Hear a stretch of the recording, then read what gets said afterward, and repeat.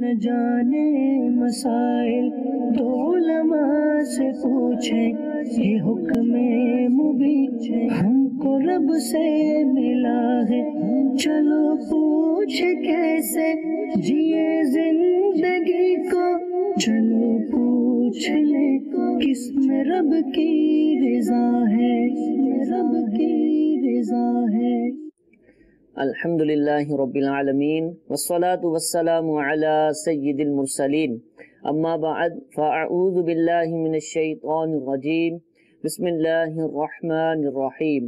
الصلاة والسلام علیک یا رسول اللہ، الصلاة والسلام علیک یا حبیب اللہ، الصلاة والسلام علیک یا نبی اللہ، وعلی آلک واصحابک یا نور اللہ۔ پیارے اور محترم اسلامی بھائیوں، دارالافتاء اہل سنت سلسلے کے ساتھ حاضر ہیں مفتی سعید مدنی صاحب، اور انشاءاللہ مفتی نوید رضا مدنی صاحب ہمارے ساتھ ہوں گے۔ درود پاک کی فضیلت سنتے ہیں۔ نبی کریم صلی اللہ تعالی علیہ وسلم کا فرمان عالی شان ہے، شب جمعہ اور روز جمعہ یعنی جمعرات کے غروب آفتاب سے لے کر جمعہ کا سورج ڈوبنے تک مجھ پر درود پاک کی کثرت کر لیا کرو، جو ایسا کرے گا قیامت کے دن میں اس کا شفیع اور گواہ بنوں گا۔ صلو علی الحبیب صلی اللہ تعالی علی محمد صلی اللہ تعالی علیہ وسلم۔ آپ کی کال ہمارے پاس کچھ موصول ہو چکی ہیں، پہلی کال سلسلے میں شامل کرتے ہیں۔ جی مفتی صاحب کی بارگاہ میں سوال عرض ہے کہ جیسے کہ نظر مان لی ہے کسی ولی کامل کی کہ میں اس کے درگاہ پر جا کر بکرا چڑھاؤں گا، تو اس کے بارے میں شرعی رہنمائی فرما دیجیے کہ وہاں جانور ہے، وہاں ذبح کرنا صحیح ہے یا اپنے گھر پر ہی کر لے، اور اس گوشت کا کیا کرے، اسے خود استعمال میں لائے یا کسی دوسروں کو بانٹ دے، شرعی رہنمائی فرما دیجیے۔ ٹھیک ہے جی۔ الحمدللہ رب العالمین والصلاة والسلام علی سید المرسلین، اما بعد فاعوذ باللہ من الشیطان الرجیم، بسم اللہ الرحمن الرحیم۔ انہوں نے سوال یہ پوچھا کہ منت مانی تھی کہ کسی مزار شریف پہ جائیں گے اور وہاں جانور وغیرہ ذبح کریں گے، اور ظاہر مقصد یہی ہوتا ہے کہ صاحب مزار کے صالح ثواب کے لیے وہاں جو ہے وہ تقسیم کریں گے، نیاز کریں گے۔ اب یہ پوچھنا چاہ رہے ہیں کیا وہیں جا کر جانور ذبح کرنا ضروری ہے کہ یہاں اپنے گھر میں بھی کر سکتے ہیں؟ تو بالکل کر سکتے ہیں، ایک جگہ اگرچہ مخصوص کر لی ہو تو اگر کوئی اپنے گھر میں بھی اس کو پورا کرنا چاہے تو پورا کر سکتا ہے۔ ٹھیک ہے۔ رہا تعلق کہ اس کا گوشت کون کون کھا سکتا ہے، دیکھیں اگر تو صدقہ کرنے کی نیت تھی تو یہ ذہن میں یہ تھا کہ فقراء و مساکین کو کھلاؤں گا، پھر تو ظاہر ہے فقراء و مساکین کو ہی کھلا سکتے ہیں، خود نہیں کھا سکتے، یعنی اس کو غرباء و مساکین میں ہی تقسیم کریں گے۔ تو اگر صرف نیاز کی نیت تھی کہ بزرگ کے نیاز کے لیے جو ہے یہ کریں گے، تو نیاز میں عموماً جو ہے امیر و غریب سبھی کھاتے ہیں، تو لہٰذا یہ سب میں تقسیم کر سکتے ہیں۔ ٹھیک ہے، ٹھیک ہے جی۔ ایک اور کال چلائیے۔ میں عرب شریف سے بات کر رہا ہوں۔ پاکستان سے فون آیا کہ فلاں فوت ہو گیا، ہم اس کے نام کا اس کے دفن ہونے سے پہلے عمرہ کر سکتے ہیں؟ جی ضرور، عرب شریف میں ہے اور عمرہ کرنا ممکن ہے، تو کیا دفن سے پہلے کسی کے نام سے کر سکتے ہیں؟ بالکل کر سکتے ہیں۔ اصل میں یہ آج کل بہت، بلکہ ہر جگہ سے دیکھا گیا ہے کہ جب تک تدفین نہیں ہوتی تو دعائے مغفرت بھی نہیں کرتے، منع کرتے ہیں، اس کو مایوس سمجھتے ہیں، حالانکہ ایسا کہیں بھی نہیں ہے، کچھ بھی نہیں ہے کہ اگرچہ تدفین نہ ہوئی ہو تو اس کے لیے دعائے مغفرت کر سکتے ہیں، اصالہ ثواب کر سکتے ہیں، قرآن خوانی کر سکتے ہیں، جو بھی اصالہ ثواب کے ذرائع ہیں وہ کر سکتے ہیں، اس میں شرعی طور پہ کوئی حرج نہیں۔ ٹھیک ہے۔ لہذا جو انہوں نے پوچھا کہ ان کے نام کا عمرہ کر سکتے ہیں، بالکل کر سکتے ہیں، کوئی حرج نہیں ہے اس میں۔ ٹھیک۔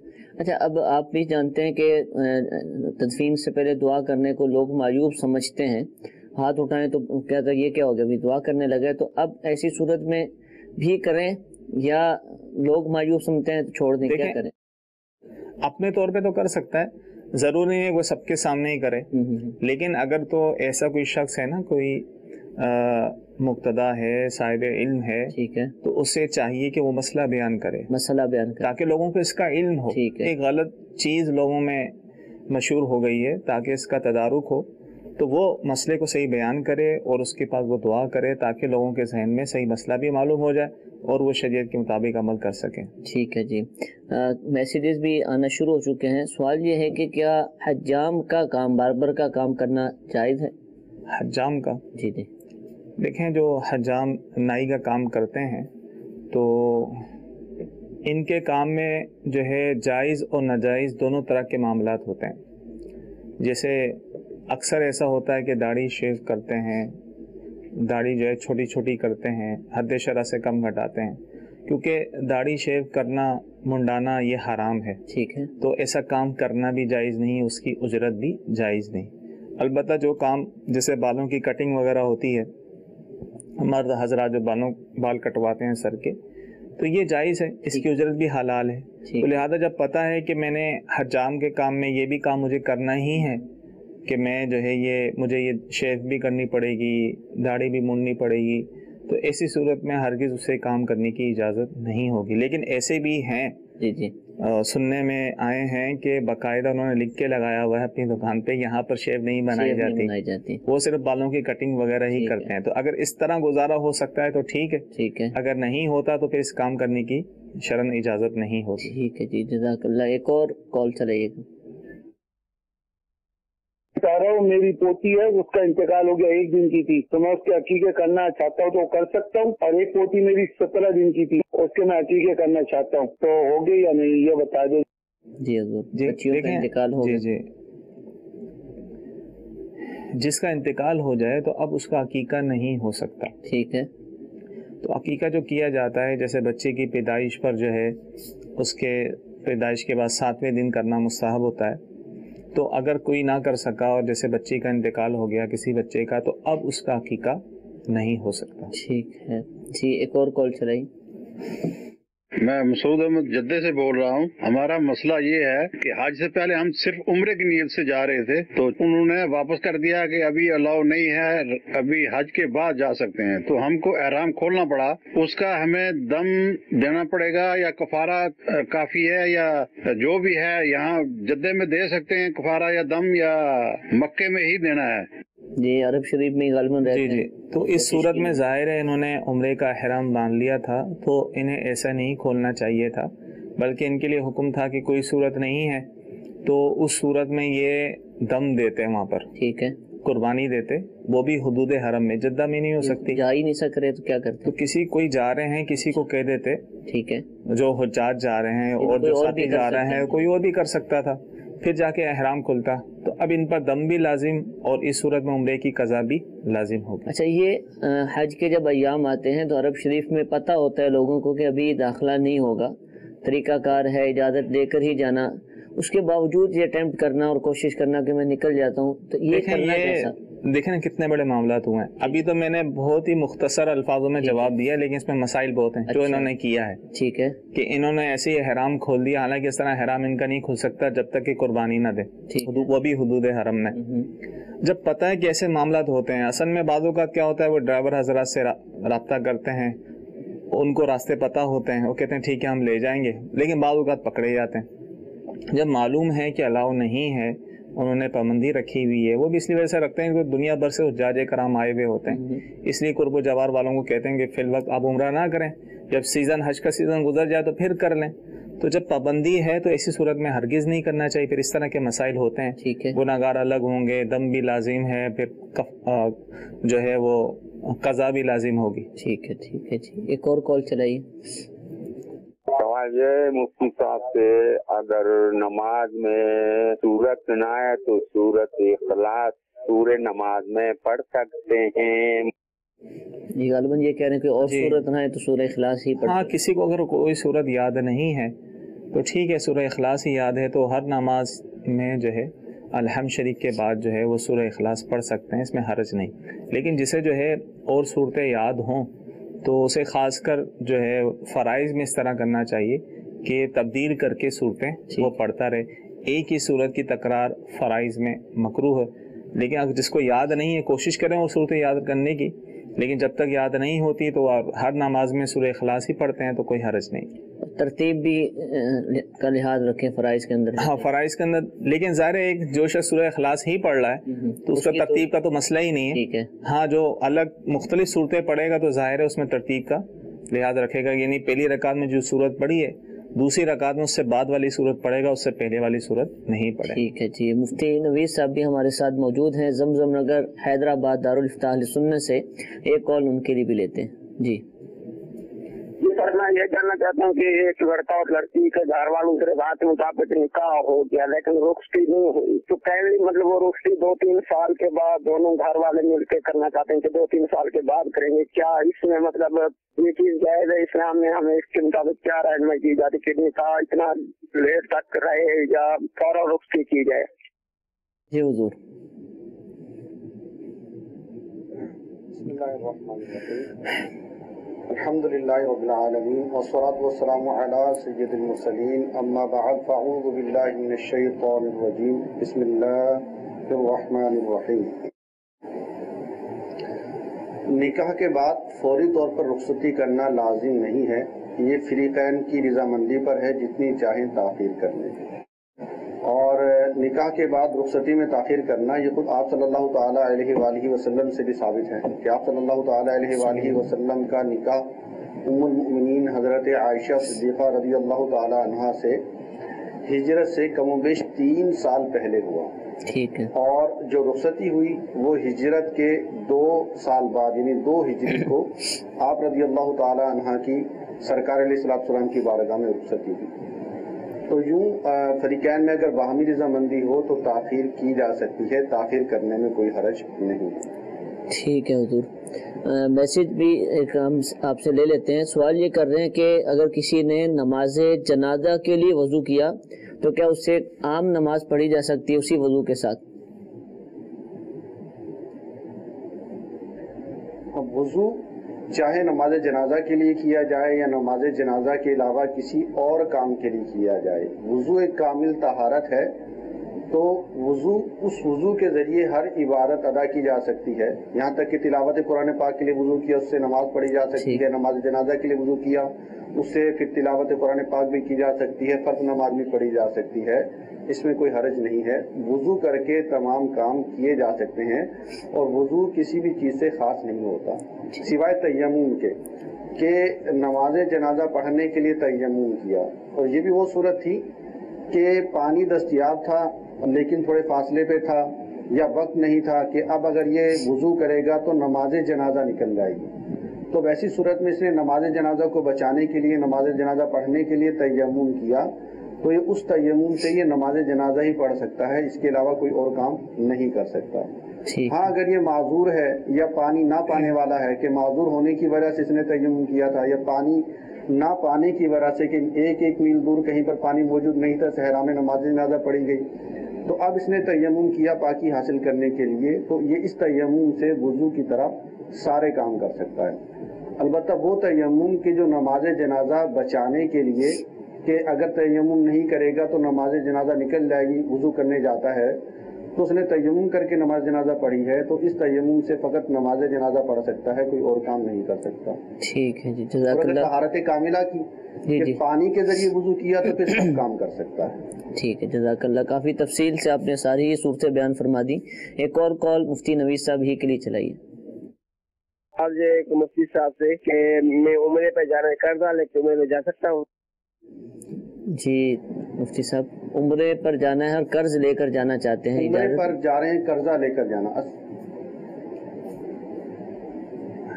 پہلی بات تو یہ ہے کہ عمرہ جو ہے ایک مستحب ہے اور سنت ہے، تو اس کے لیے قرضہ لینا ویسے ہی نامناسب ہے. ٹھیک کہ پر قرضہ لینا بلا ضرورت شرعی قرضہ لینا ویسے بھی ایک ناپسندیدہ عمل ہے اور اس کو بھی عذابوں میں سے ایک عذاب شمار کیا گیا ہے.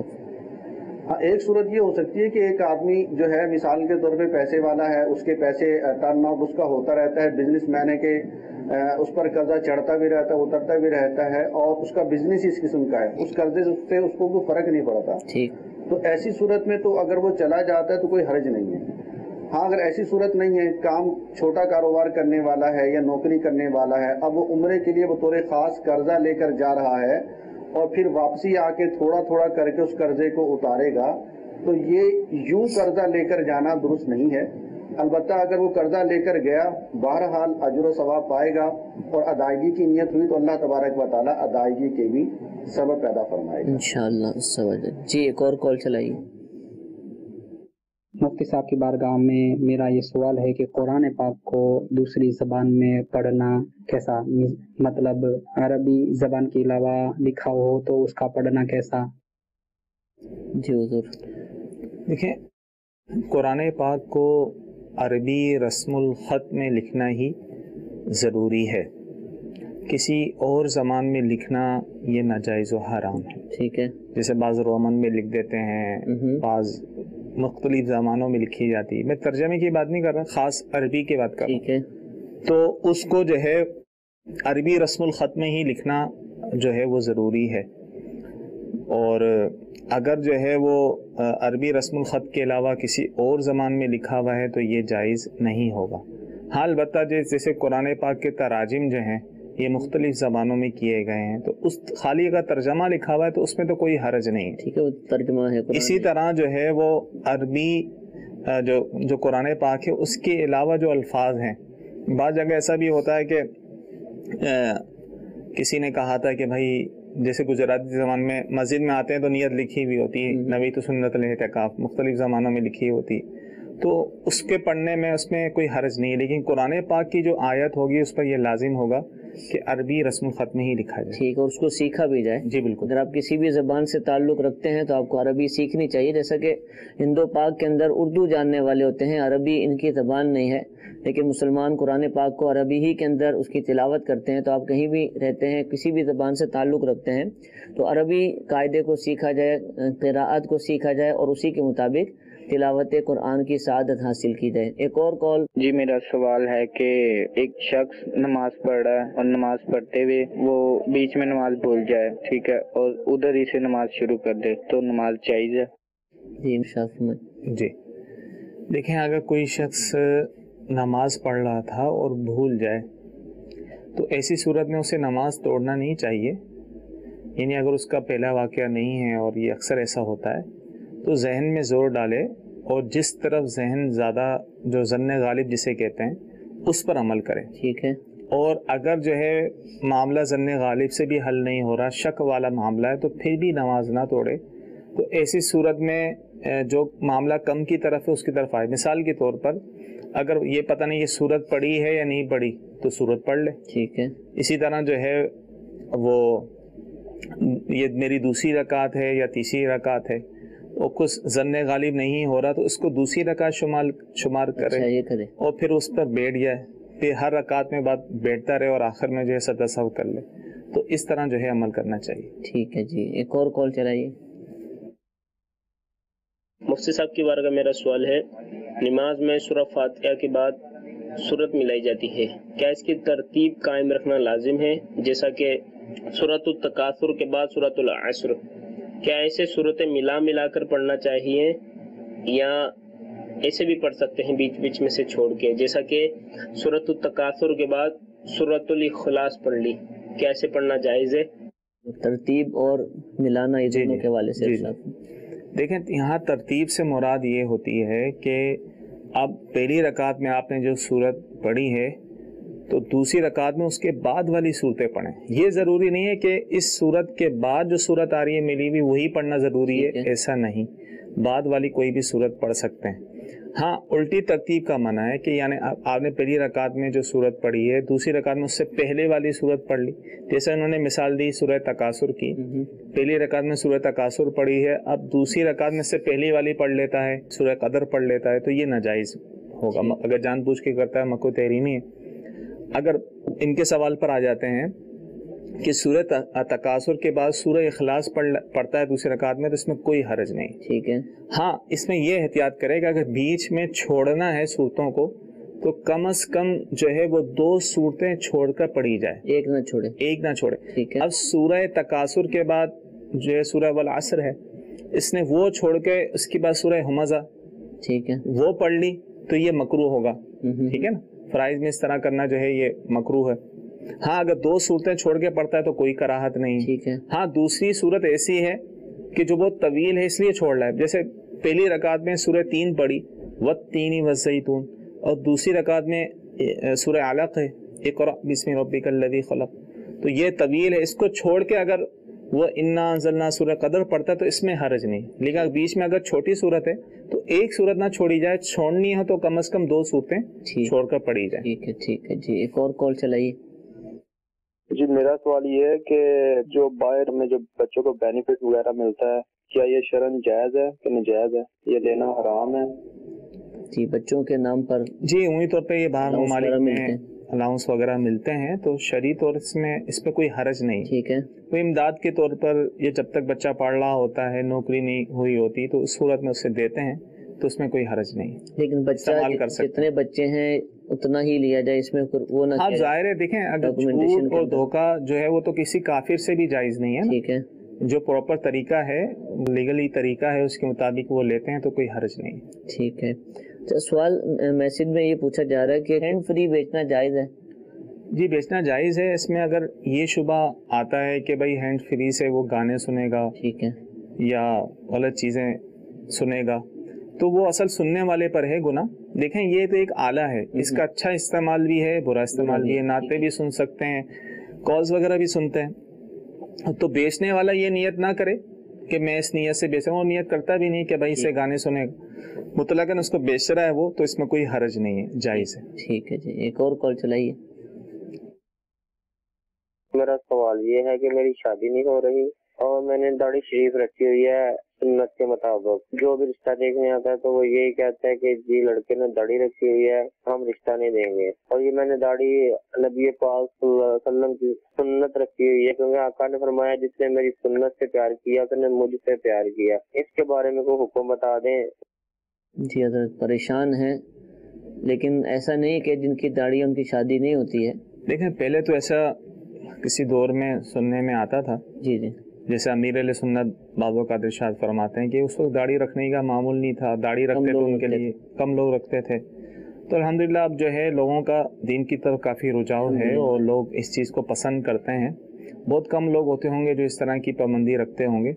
तो लिहाजा जो शख्स ये कहते हैं, अब अगरचे वालिदैन कह रहे हैं या उनकी तरफ से मुतालबा है, तो हरगिज़ जो है इस काम की इजाज़त नहीं होगी, यानी दाढ़ी कटाने की इजाज़त नहीं होगी कि जिस काम में अल्लाह उसके रसूल की नाफरमानी हो तो उस काम में किसी की फर्मा बरदारी जायज़ नहीं है। ये शरीयत पर अमल करें, ठीक है, कि सुन्नत पर अमल कर रहे हैं तो इंशाअल्लाह ताला इनको बेहतरीन रिश्ता मिलेगा। ठीक है। तो इस रिश्ते की वजह से जहाँ ये मुतालबा हो रहा है तो वहाँ तो करना ही नहीं चाहिए। ठीक है। कि जो ऐसे लोग जिनको इतना मुसलमान होने की हैसियत से, हाँ मुसलमान होने की हैसियत से इस तरह का गैर शरई मुतालबा कर रहे हैं तो वहाँ शादी भी नहीं करना चाहिए। अच्छा, शादी के लिए मुंडा दे फिर उसके बाद रख ले, और माएँ अमूमन मजबूर होकर कह देती हैं थोड़े ही दिन की बात है बाद में फिर रख लेना। लेकिन गुनाह तो गुनाह है ना। अच्छा। चाहे लम्हा भर के लिए, अब यही गुनाह जो है इसी वजह से पकड़ हो जाए तो कल माँ तो नहीं बचा सकेगी बरोज़ा क़यामत, कोई बहन भाई वगैरह दीगर रिश्तेदार भी नहीं बचाएंगे। ठीक है। तो लिहाजा अगरचे वालिदैन भी कहते हैं, लेकिन अब ये ऐसा अमर वालिदैन कर रहे हैं जो शरई तौर पे जायज़ नहीं, तो ऐसे काम में वालिदैन की इताअत भी जायज़ नहीं है। तो लिहाजा शरीयत पर अमल करते हुए इन्हें दाढ़ी सुन्नत के मुताबिक रखनी ही होगी। लम्हा भर के लिए भी कटाने की, यानी हद शरअ से कम घटाने की इजाज़त नहीं है। अच्छा, यही मामला इस्लामी बहनों के साथ भी होता है, अगरचे कम है पर्दे के हवाले से। अगर वो शरई पर्दा करती हैं, अबाया या बुर्का पहनती हैं और मुकम्मल बिल्कुल, तो उसको भी कई लोग पसंद नहीं करते। देखें छोड़ना पड़ेगा आपको, ये सही नहीं अगर तो बिल्कुल ही पर्दे को पसंद नहीं करते ये तो गलत है। ठीक है। लेकिन अगर पर्दे की कोई खास हियत है, सूरत जो ठीक है, यानी वो कहते हैं भाई ये वाला बुर्का ना पहने, दूसरा वाला बुर्का पहने, ठीक है, अब दूसरे वाले बुर्के में भी पर्दा हो जाता है तो ठीक है, इसमें कोई हरज नहीं।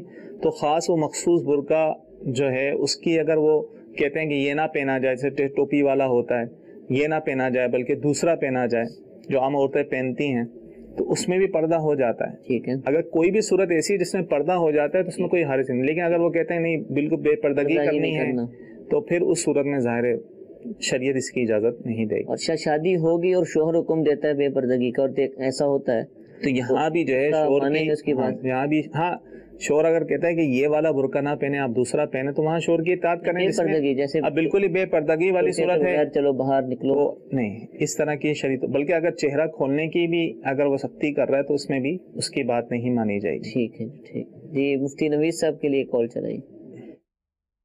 हमारी मस्जिद के ऊपर जो छत है ना वहाँ मदरसा है और वहाँ मदरसे में बच्चियाँ कुरान पाक का तर्जुमा पढ़ती हैं और मौलमा पढ़ाने के लिए आती हैं, तो वो खास दिनों में भी मस्जिद में आ जाती हैं। इसके बारे में पूछना है क्या ये गुनाह है या नहीं, या मस्जिद से गुजरकर हुजरे में जा सकती हैं पढ़ने के लिए?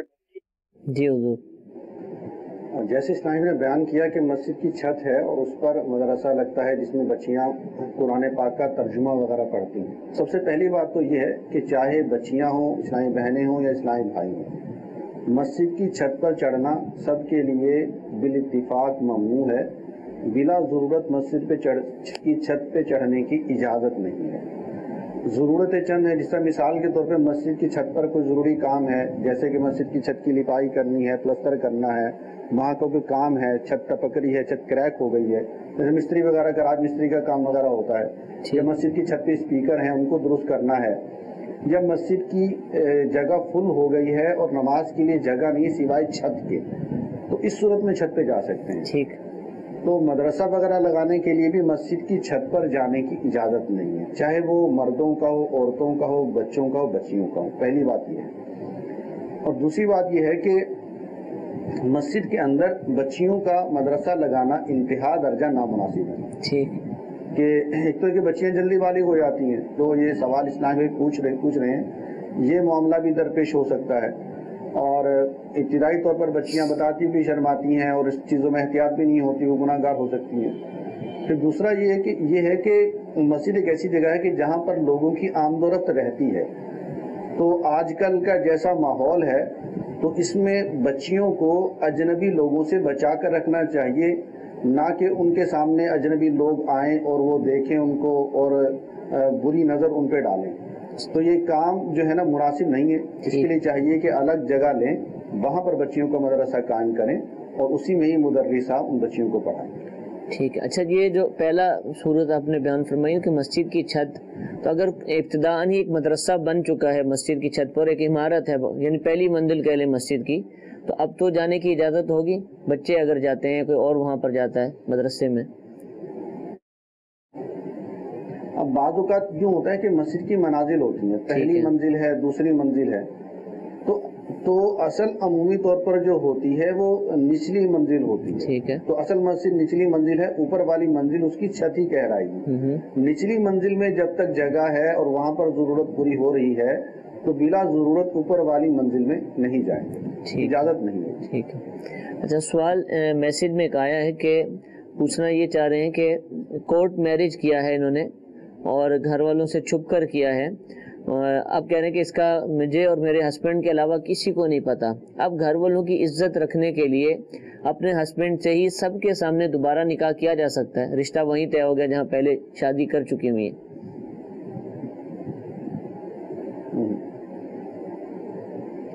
अल्लाह तबारक व तआला सबको हिफ्ज़ व अमान में रखे, आमीन।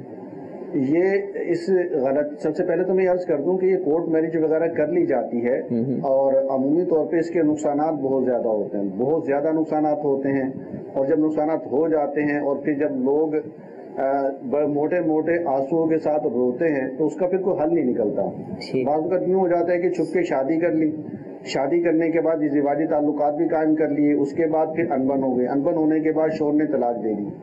अब उस लड़की पर इद्दत वाजिब है, वो इद्दत कहाँ पे करेगी? घर वालों को बताएगी तो मसला है, नहीं बताएगी तो मसला है। ठीक है। यही बाज़ों का शादी हो जाती है, घर वालों को पता नहीं होता, घर वाले कहीं और शादी कर रहे हैं, अब बताती है तो मरती, नहीं बताती है तो मरती है। तो यूँ माज़अल्लाह बहुत सारे मामलात होते हैं। अल्लाह तबारक व तआला सबको हिफ्ज़ व अमान में रखे। आमीन आमीन। बहरहाल जहाँ तक मसले का ताल्लुक है तो उन्होंने जो निकाह किया है, मियाँ बीवी हैं, तो उसके बाद अगर दोबारा एलानिया निकाह करना चाहते हैं तो उसमें कोई हर्ज नहीं है। मियाँ बीवी 100 मरतबा दोबारा अपना आपस में निकाह कर सकते हैं। ठीक है। अब निकाह की दो सूरतें होती हैं, तो एहतियाती निकाह किया जाता है, जिस तरह बाज़ औक़ात बंदे को गुमान होता है कि शायद मुझसे कोई कुफर सरज़द तो नहीं हो गया, यकीनी तौर पे पता नहीं है, तो एहतियातन तजदीद निकाह करता है। तो इसमें तो महर मुकर्रर करना ज़रूरी नहीं होता।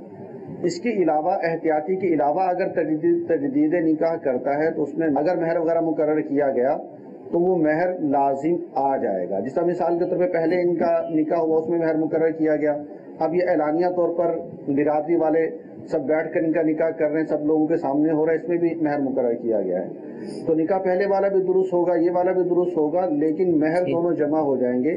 शोहर को पहले वाला महर भी देना पड़ेगा और ये वाला महर भी देना पड़ेगा। ठीक है, और पहला और दूसरा मिलकर बहुत ज़्यादा हो गए तो फिर मसला भी हो सकता है। तो जो मुफ्ती साहब ने इब्तिदाअन इरशाद फरमाया और समझाने की कोशिश की है, उस पर ही अमल किया जाए और घर वालों की रज़ामंदी से एक जो राइज तरीक़ाकार है, मारूफ़ है, सही तरीक़ाकार है, उसी के मुताबिक ही निकाह के रिश्ते के मामलात किए जाएँ, वरना मसाइल बहुत ज़्यादा हो सकते हैं। एक और कॉल सिलसिले में शामिल करते हैं। जी, दारुल इफ्ता अहले सुन्नत में मेरा ये सवाल है, एहराम का जो कपड़ा होता है वो सिलाई का के पहन सकते हैं? जी हुजूर। देखें, एहराम का जो कपड़ा है कि ये सिला हुआ नहीं होना चाहिए, ठीक है, उसमें सिलाई वगैरह भी नहीं होना चाहिए। अगर कोई सिलाई वगैरह है तो उलमा ने इसको मकरूह लिखा है। अच्छा, छोटे बच्चों को लोग ले जाते हैं, 2 साल 3 साल के, चल फिर लेते हैं, उनको भी एहराम पहनाया होता है, तो क्या उनको पहना सकते हैं सिला हुआ, उनकी सलवार की जगह? जो उमूमी तौर पे ऐसा होता है कि उन पर बच्चों पर तो वो अहकामात नहीं होते, ठीक है, कि अगर वो सिला हुआ लिबास भी पहनने तो उन पर कोई दम वगैरह लाजिम नहीं होगा। ठीक है जी, एक और कॉल चलाइए। मेरा ये सवाल है कि जब इमाम साहब ये कहते हैं जुमा के दिन के खुतबे शुरू होने से लेके जब तक 2 फर्ज ना पढ़ ली जाएं, बातचीत करना या कोई और नमाज पढ़ना जायज़ नहीं है, खामोशी के साथ सुनिए, तो क्या इमाम साहब हुक्म दे सकते हैं सफ़ों को दुरुस्त करवाने का, छोटे बच्चों को पीछे भेजने का? इसके बारे में इरशाद फरमा दें। जी मुफ्ती नवीद साहब। जी बिल्कुल, इमाम साहब इसका हुक्म दे सकते हैं। ये खामोश रहने का जो हुक्म है और तवज्जो के साथ सुनने का, और उस दौरान किसी भी तरह का कलाम ना करने का, चाहे वो अच्छा हो या बुरा हो, जिक्र अज़कार हो, तिलावत कुरान पाक हो, सलाम का जवाब हो, सलाम करना हो, अलगज़ किसी भी किस्म का अच्छा या बुरा कोई सा भी कलाम करना जो मना है, ये सामईन को यानी नमाजियों को मना है, खतीब को मना नहीं है। ठीक, क्योंकि अगर खतीब को भी मना हो जाएगा तो फिर वो खुतबा कैसे देगा, वो तो खामोश होकर बैठा रहेगा। ठीक है, तो खतीब कलाम कर सकता है, वो खुतबा भी देगा और यूं ही इस्लाह नमाज के लिए भी कलाम कर सकता है और लोगों को वो तंबीहात भी कर सकता है। ठीक है। अच्छा, चंदा किया जा सकता है, जो सबसे बड़ा मसला होता है खुतबा और फराइज के दरमियान जो वक्त होता है, इसमें चंदा लोग जमा करते हैं, या सुन्नतों और फराइज के दरमियान चंदा जमा किया जाता है, इस हवाले से भी आप इरशाद फरमा दें। चंदा जमा करने के लिए बेहतर ये है कि जब फराइज का सलाम फेर दिया जाए तो चंदा जमा किया जाए, कि इसमें आसानी होती है। ठीक है। इसके अलावा अगर जब सुन्नतें पढ़ी जा रही हो तो उसको चंदा जमा करते हैं, तो मुख्तलिफ सफ़ों में मुख्तलिफ नमाज पढ़ रहे होते हैं, बाज़ औक़ात बेख्याली में उनके आगे से गुजरना पड़ जाता है, बाज़ औक़ात उसका इंतज़ार करना पड़ता है, इसमें भी कभी किसी को धक्का लग जाता है, किसी को लात लग जाती है। और जब खुतबे का वक्त होता है तो उस वक्त तो वैसे ही वाजिब है कि वो सुकून के साथ बैठकर तवज्जो के साथ खुतबा सुने, उस दौरान किसी भी किस्म का कोई काम ना करें और कलाम ना करें। उस दौरान अगर ये चंदा जमा करना शुरू कर देंगे तो गुनाहगार भी होंगे। ठीक है जी, एक और कॉल चलाइए। सवाल ये है कि ईशा की नमाज में दवाएं कुनूत पढ़ी जाती है, तो अगर वो किसी शख्स को ना आती हो या थोड़ी आती हो तो वो क्या करें? तो नमाज छोड़े या उसके मुताबिक कोई और चीज पढ़ ले? जी हुजूर, एक बहुत बड़ा मसला, दुआए कुनूत नहीं आती, क्या करें? दुआए कुनूत का मतलब ये नहीं है कि जो मुरव्वजा दुआए कुनूत है, अल्लाहुम्मा इन्ना नस्तईनुका, ये वाली दुआ पढ़ी जाए। कोई भी दुआए मासूरा के जिसमें खालिसतन अल्लाह तबारक व तआला से दुआ की जा रही है, वो दुआ पढ़ी जा सकती है। ठीक है। तो अल्लाहुम्मा इन्ना नस्तईनुका व नस्तगफिरुका, ये दुआ भी पढ़ी जा सकती है। ठीक है। पूरी नहीं आती, जितनी आती है उतनी भी पढ़ी जा सकती है, पूरी पढ़ना जरूरी नहीं है। ठीक है। लेकिन इस पूरी का पढ़ना बेहतर है कि ये दुआ बहुत प्यारी है, इसके मानी और मताली बहुत प्यारे हैं। सही सही। इसके अलावा अगर ये नहीं आती तो रब्बी जअलनी, ये मशहूर दुआ है, ये पढ़ी जा सकती है। रब्बना आतिना फिद दुनिया, ये पढ़ी जा सकती है। सही। ये भी नहीं आता तो अल्लाहुम्मा ग़फ़िर ली, ये पढ़ सकते हैं। अगर अल्लाहुम्मा ग़फ़िर ली कहना भी दुश्वार है तो रब्बी ग़फ़िर ली भी कह सकते हैं। ठीक है। तो ये भी दुआ कुनूत के लिए किफायत कर जाएगा। ठीक है जी, एक और कॉल चलाइए। मुफ्ती صاحب کی بارگاہ میں یہ سوال ہے کہ جس طرح کے امیر اہل سنت نے شجر کاری کا حکم ارشاد فرمایا ہے، تو اس کے بارے میں یہ رہنمائی لینی تھی کہ کچھ لوگ کہتے ہیں کہ یہ قرآن میں بھی اس کا کوئی حکم ہے یا نبی پاک صلی اللہ تعالی علیہ وسلم کی حدیث پاک سے درخت لگانا ثابت ہے؟ اس پر بھی سوال ہو رہے ہیں کہ یہ بھی بتائیں کہ درخت لگانے کو جی بالکل ثابت ہے، اور آپ علیہ الصلوۃ والسلام نے جو ہے ایک سے زیادہ درخت لگائیں اپنے مبارک ہاتھوں سے۔ اس کے بارے میں امیر علیہ سنت کا رسالہ بھی شائع ہوا ہے، اس کا مطالعہ کیا جائے، اس کے اندر جو ہے احادیث وغیرہ موجود ہیں۔ ٹھیک ہے، تو حضور یہ ارشاد فرمایا کہ کیا ہر اچھے کام کا قرآن و حدیث سے ثابت ہونا، اس کی دلیل آیت حدیث ہونا ضروری ہے؟ اس کے حوالے سے تو موجود ہیں احادیث کریمہ، اگر نہ ہوتی کیا ناجائز ہو جاتا؟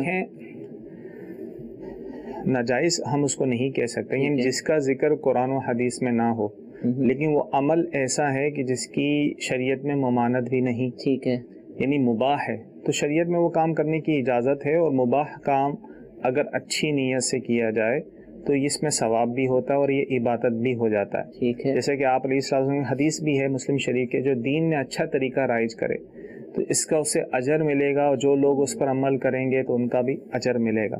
تو اچھا طریقہ دین میں رائج کرنے کی تو خود اجازت آپ علیہ السلام نے دی ہے، تو اگر ہو اچھا طریقہ، اگرچہ بظاہر صراحتاً قرآن و حدیث میں اس کا ذکر نہ ہو اور شریعت میں اس کی ممانعت بھی نہ ہو، کوئی خلاف سنت عمل بھی نہیں ہو رہا، لوگ اس کو اچھا ہی جان رہے ہیں، تو شرعی طور پہ اس میں کوئی حرج نہیں۔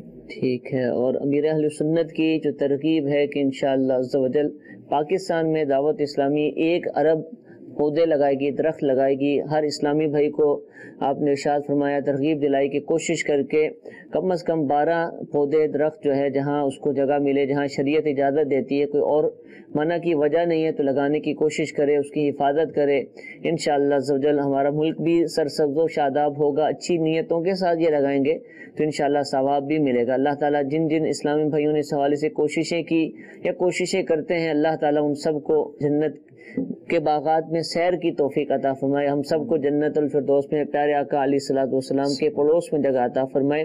سلسلے کا وقت ختم ہوا، اللہ تعالیٰ ہم سب کو عمل کی توفیق عطا فرمائے، آمین بجاہ النبی الامین۔ صلو علی الحبیب صلی اللہ تعالی علی محمد صلی اللہ تعالی علیہ وسلم۔